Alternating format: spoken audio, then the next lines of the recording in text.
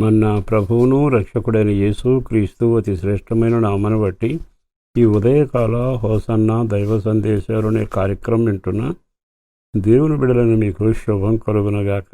అందరికీ వందనాలు.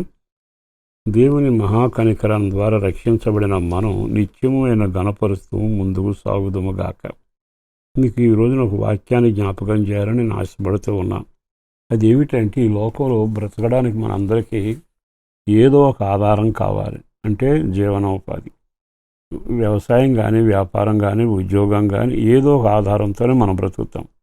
అయితే ఇది ఆత్మీయ జీవితం, శారీరకమైన కుటుంబానికి ఇది చాలా అవసరం. కానీ నీ ఆత్మీయ జీవితంలో కూడా క్షేమంగా ఉండాలి. అంటే శరీర క్షేమం కావాలి, ఆత్మ కూడా క్షేమం కలవాలి.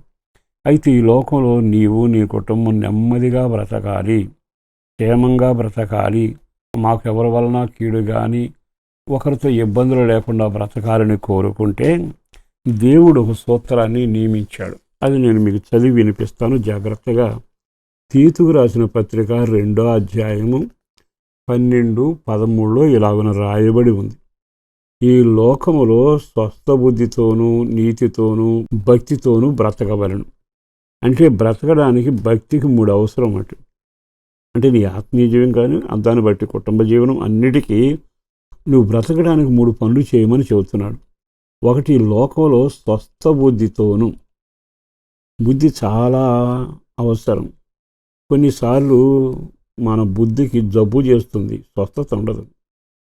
ఇంకో మాట చెప్పాలంటే, బుద్ధి కకృతి పనులు చేస్తుంది. బుద్ధి కొన్నిసార్లు ఇంట్లోంచి వెళ్ళిపోయి పందుల యొక్క కాపరి దగ్గర నిలబడేట్టుగా చేస్తుంది. బుద్ధి తక్కువై కొన్నిసార్లు గడ్డి మేశారు అంటారు. చాలాసార్లు బుద్ధి మనిషి జీవితాన్ని పాడు చేస్తూ పైనానికి ముందుకు తీసుకుని వెళతూ ఉంటాయి. కనుక బుద్ధిమంతుడు నివాసాన్ని వేసుకున్న వస్త్రాన్ని కూడా అపవిత్రం కాకుండా కాపాడుకుంటాడు. బుద్ధి నిన్ను కాపాడుతుంది అని రాయబడింది. అయితే బుద్ధి విషయంలో మనం చాలాసార్లు మందమతిగా కానీ, బుద్ధిహీనులుగా కానీ మనం వ్యవహరిస్తూ ఆ బుద్ధిని సరైన రీతిలో పెట్టుకోకపోవడం చాలా ప్రమాదకరం. అందుకే నీకు నాకు అర్థమయ్యే ఒక మాట ఏమన్నాడో తెలుసా? తప్పిపోయిన కుమారుడు అన్నీ పోగొట్టుకున్నాక బుద్ధి వచ్చినప్పుడు. అంటే తన జీవితంలో బుద్ధి లేని పనులన్నీ చేశాడు, బుద్ధి అక్కడికి రాలేదు, బుద్ధికి ఉపయోగించుకోవాలి. ఎప్పుడైతే అన్నీ పోగొట్టుకున్నాడో అప్పుడు తండ్రి వైపు తిరిగాడు. కనుక ఈ లోకంలో బ్రతికినంత కాలం అన్నీ ఉంటాయి, అందుబాటులో ఉంటాయి, అవసరంగా ఉంటాయి. కానీ నీ బుద్ధితో ఏది మంచి, ఏది చెడు, ఏది చేయకూడదు నిర్ణయించాలి. రెండవది, నీతితో బ్రతకాలి.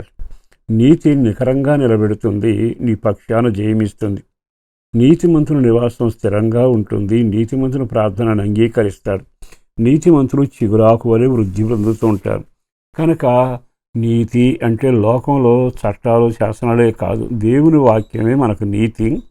ఆయన ఎంత నీతిగా నడిచాడో ఆయన నడుగుజాడలో మనం నడిస్తే ఆ నీతి మనకు చాలా అవసరమై ఉంటుంది. అందుకే అంటాడు కదా, ఈ లోకంలో స్వస్థ బుద్ధితోనూ నీతితోనూ. రెండోది, భక్తితో బ్రతకాలట. భక్తి ఆడంబరం కాదు, ఆత్మకు సంబంధమైన. భక్తి కలిగి వీంచేవాడు తాను ఒకరి కీడు చేయలేడు, కీడును చూసి నిలబడలేడు. అంటే భక్తి తన జీవితాన్ని అపవిత్రత నుంచి కాపాడుతుంది, కాపాడాలి కూడా.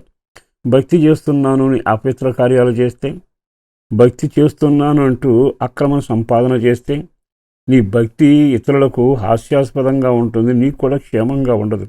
భక్తి కలిగిన వాడట తూచి ఆచి తూచి మాట్లాడతాడు, అడుగులు వేస్తాడు.